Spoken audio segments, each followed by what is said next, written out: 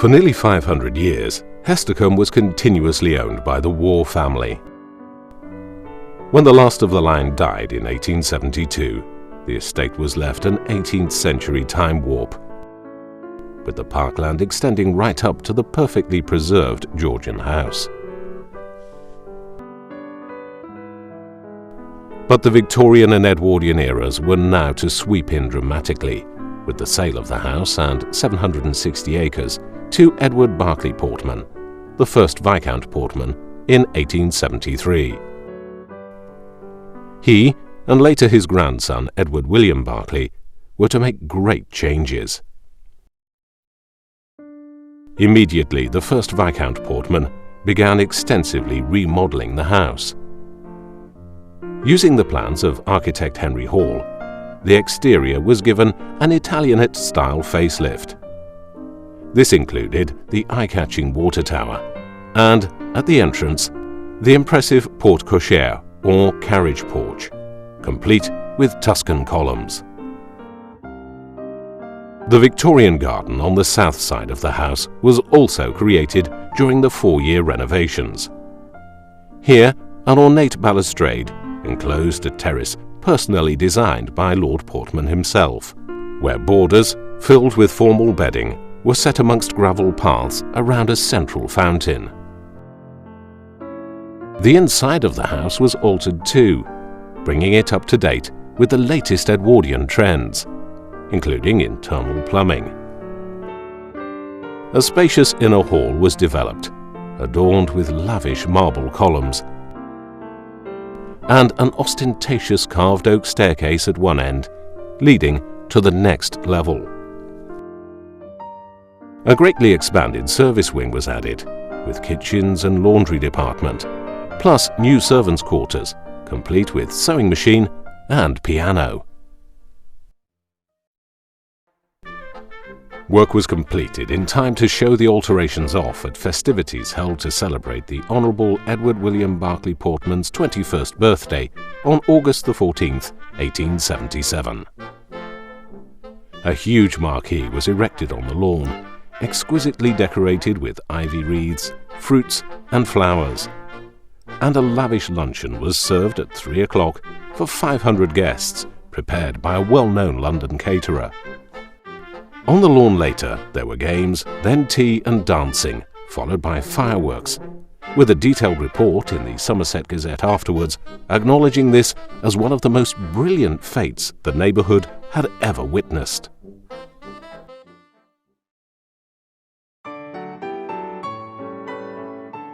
No one actually came to live at Hestercombe full-time for another 17 years, when Teddy Portman was presented with the estate on his marriage to widow Constance Mary Vesey in July 1892.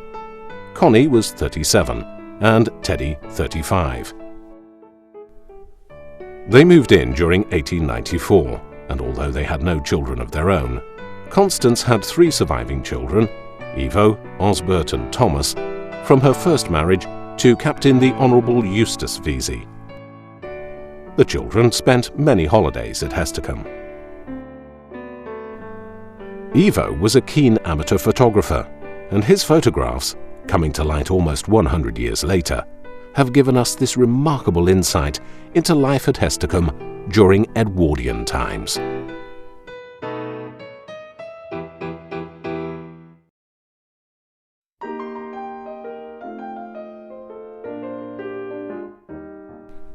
It was editor of Country Life magazine, Edward Hudson, seen here on a visit to Hestercombe, who introduced Teddy Portman to up-and-coming architect Edwin Lutyens in 1903. Lutyens has become revered as the greatest British architect of the 20th century, famously remembered for designing much of New Delhi in India and the Cenotaph in London. Mr. and Mrs. Portman commissioned Lutyens to design them a garden. It was the only purely garden commission the architect ever undertook. After much debate, the ambitious plan, very intricate for the space, was approved, and in April 1904, a section of parkland was fenced off to the south side of the house, and work began to to transform the flat ground into a complex range of levels. Huge quantities of earth and stone were removed to make way for the sunken parterre and terraces. It was arduous work. Malt slate, the stone for the hard landscaping, came from Hestercombe's own quarry in the landscape garden. A great gang of men was needed to get the stone out, crucial amongst them being local explosives expert Edward "Johnny" Rendell, who was in charge of the blasting. Gradually, the skeleton of the garden began to arise. Piece by piece, the main features took shape: the pergola, great plat, terraces, rotunda and rill. Then it was plantswoman Gertrude Jekyll's turn to soften the hard landscaping with her unique combination of plants. In the centre of the garden, the great plat, an enormous sunken parterre, served as an impressive focal point. Jekyll edged the geometric borders with luxuriant bougainea and filled them with lilies, delphiniums, peonies, and later red cannas and gladioli. On either side of the great plat were raised walks bisected by narrow canals known as rills. These were planted with water forget-me-not, iris, and arums. Above them, the grey walk was filled with silver and grey-leaved plants, accentuated with flowers of blue, mauve, and white. The pergola, the longest in Britain, provided a semi-transparent boundary enclosing the garden, yet allowing it to remain linked to the surrounding countryside.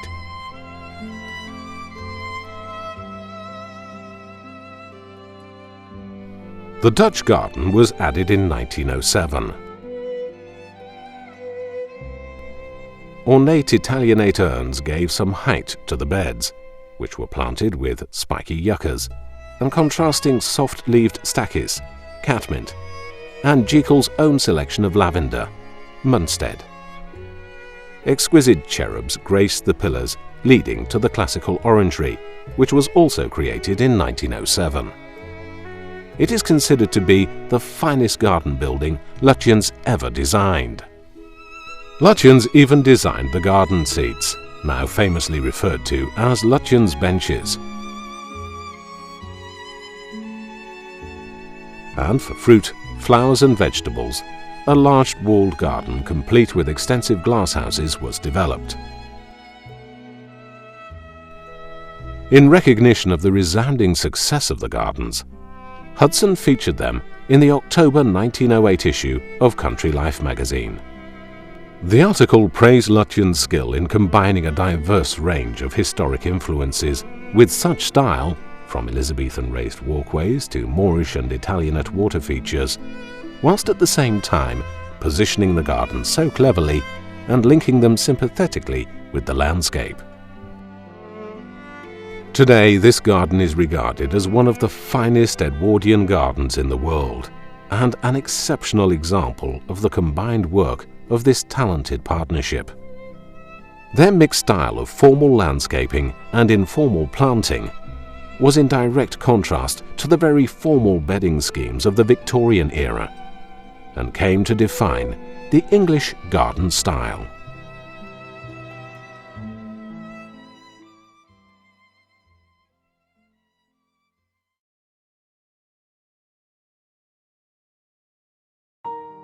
Teddy Portman must have been proud of the glorious garden he had commissioned, but his real love was for the wider countryside. For hunting, he was the master of the Taunton Vale foxhounds, for polo and fishing. And his pride and joy was the model farm at Hestercombe, started by his grandfather in 1877 and further developed by Teddy. It was a state-of-the-art agricultural enterprise, showcasing all the latest technology and innovations. It boasted an enviable complex of buildings at the home farm, including stockyards, an animal hospital, and piggeries. And the mill was remodelled to become the estate timber yard, frequented by the Hestercombe carpenters. The dynamo house was also created at this time to house the turbine which produced electricity for the house. A smithy to serve the Portman estate was also built in nearby Jedden Fitzpaine. It is still used today. The farm animals themselves were the best that breeding could supply. Teddy's renowned herd of Red Devon cattle won prizes at shows far and wide, and champions like this bull, Pound Pinken, together with Devon red cows, Sweet Pea, Spinach, and Telltale, described as an extra large cow with plenty of flesh and milk, received much praise. Much labour was required on the model farm and elsewhere on the estate. Over 70 people were employed here before World War I. There were grooms, a blacksmith, the gamekeeper Charles Henry Butters, dairyman Carter Albert Rowcliffe, carpenters, the shepherd George White, and farm labourers. The gardens needed specialists to tend the terraces, walled garden, greenhouse and grounds.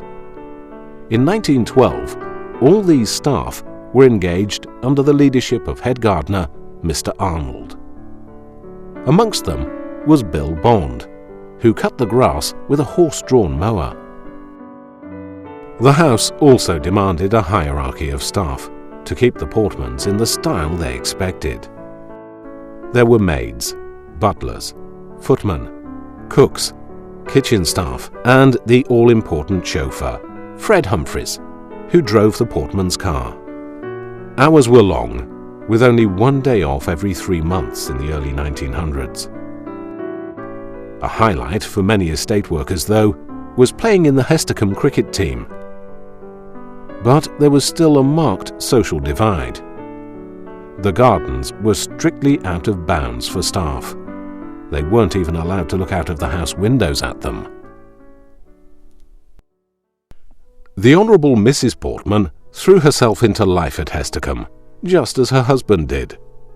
Always accompanied by one of her beloved terriers, she visited her herd of prize Jersey cows every day between 11 and 12.